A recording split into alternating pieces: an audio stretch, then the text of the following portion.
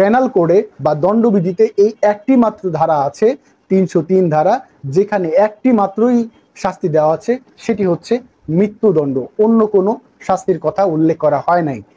দণ্ডবিধিতে উল্লেখিত অপরাধগুলোর মধ্যে সর্বোচ্চ শাস্তি হচ্ছে মৃত্যুদণ্ড। দণ্ডবিধিতে মোট 10টি ক্ষেত্র আছে বা 10টি কাজ আছে।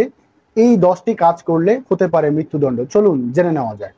১, ৩৯৬ ধারায় বলা হয়েছে, যখন কোনো ডাকাত ডাকাতি করার সময় যদি খুন করেন তাহলে তার মৃত্যুদণ্ড হবে, এ কথা বলা হয়েছে ৩৯৬ ধারায়। ২, 10 বছরের নিচে কোনো ব্যক্তিকে খুন বা গুরুতর আঘাতের উদ্দেশ্যে অপহরণ করলে ৩৬৪ ক ধারা অনুযায়ী মৃত্যুদণ্ডের কথা বলা হয়েছে। ৩, অ্যাসিড জাতীয় পদার্থ দ্বারা কারো মুখমণ্ডল, মাথা বা উভয় চোখে স্বেচ্ছাকৃতভাবে যদি কেউ গুরুতর আঘাত করে, সেক্ষেত্রে ৩২৬ ক ধারা অনুযায়ী মৃত্যুদণ্ডের কথা বলা হয়েছে। ৪, যাবজ্জীবন কারাদণ্ডে দণ্ডিত ব্যক্তি কর্তৃক জখম করে খুন করার চেষ্টা যদি কেউ করে থাকে, সেক্ষেত্রে মৃত্যুদণ্ডের কথা বলা হয়েছে ৩০৭ ধারায়। ৫, নাবালক বা উন্মাদ ব্যক্তিকে যদি কেউ আত্মহত্যায় প্ররোচিত করে এবং তার ফলে যদি আত্মহত্যা করে, সেক্ষেত্রে ৩০৫ ধারা অনুযায়ী মৃত্যুদণ্ডের কথা বলা হয়েছে।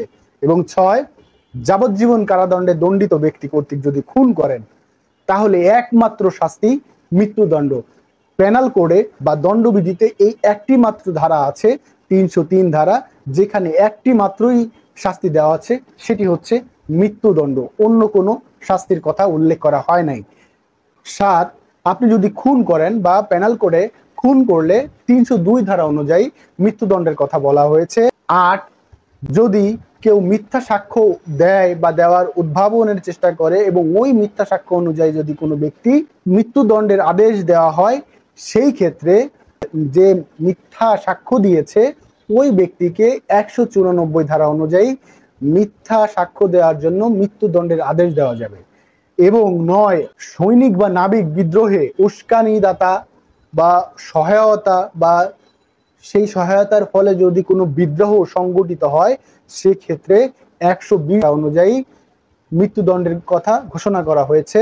এবং ১০, বাংলাদেশের বিরুদ্ধে যদি যুদ্ধে লিপ্ত হয় বা লিপ্ত হওয়ার কোনো উদ্যোগ গ্রহণ করে বা সহায়তা করে, সেক্ষেত্রে ১২১ ধারায় তাকে মৃত্যুদণ্ড শাস্তি দেওয়া হয়েছে। সর্বোচ্চ শাস্তি হচ্ছে মৃত্যুদণ্ড।